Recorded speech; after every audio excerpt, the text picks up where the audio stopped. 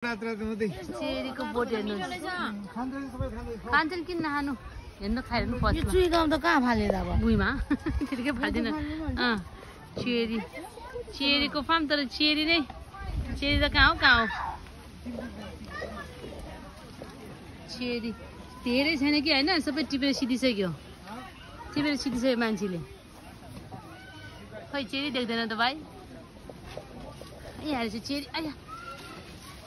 यहाँ रहेछ कि चेरी कस्तो राम्रो चेरी ल चेरी यो चाहिँ चेरी यहाँ